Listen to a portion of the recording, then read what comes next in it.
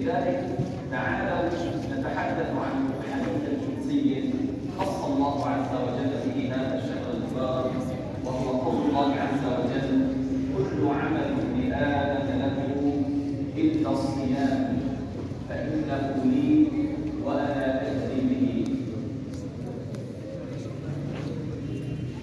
كل عمل ابن آدم له إلا الصيام فإنه لي وأنا أجزي به. لا يوجد هناك. ايش عندكم انتم حلقات قرآن يعني؟ ايه ما شاء الله. ايش حفظاني؟ هذا قد سمع العرب. جزئين؟ قد سمع جزء عسل. ما شاء الله. وانت؟ أنا صوت عبسة. عبسة؟ الله يوفقكم. السلام عليكم. ايش اسم الحلقة اليوم هون عندكم؟ حلقة علي بن أبي طالب. علي بن ابي طالب. ما شاء الله. الله يبارك فيك. عندك والله عدد منيح من الطلاب. الحمد لله، إن شاء الله متميزين هون إن شاء الله. من المتميزين ما شاء الله. الله يقويكم يا رب. ايوه ما شاء الله. هاي الحلقة الثانية هون. ايش اسم الحلقة هاي هون؟ عبد الرحمن بن عوف. ما شاء الله. هون للناس الأكبر شوي.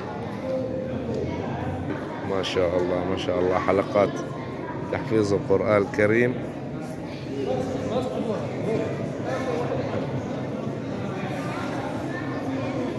انتوا حفظانين لا ما حفظانين؟ السلام عليكم. ايش حفظان انت؟ وانت ايش حفظان؟ غاشية. الغاشية. ما شاء الله. وانت؟ تبارك. ما شاء الله. السلام عليكم. عليه استاذ. الله يعطيكم العافية. انتوا ايش اسم الحلقة تبعيتكم؟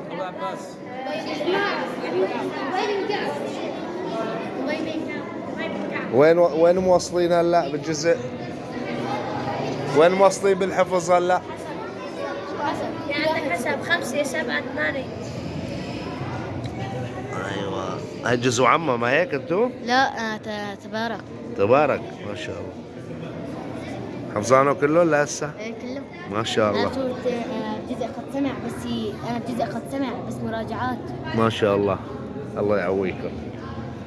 الحمد لله سبحان الله. اليوم حبينا تكون جولتنا بس هون بالجامع، نشوف عدد الطلاب ما شاء الله المداومين على حفظ القرآن الكريم، ونختصر الجولة في رمضان اليوم كلها هون في هالدقيقة أو دقيقتين. اليوم يمكن تجاوزنا، صار دقيقتين أو أكثر.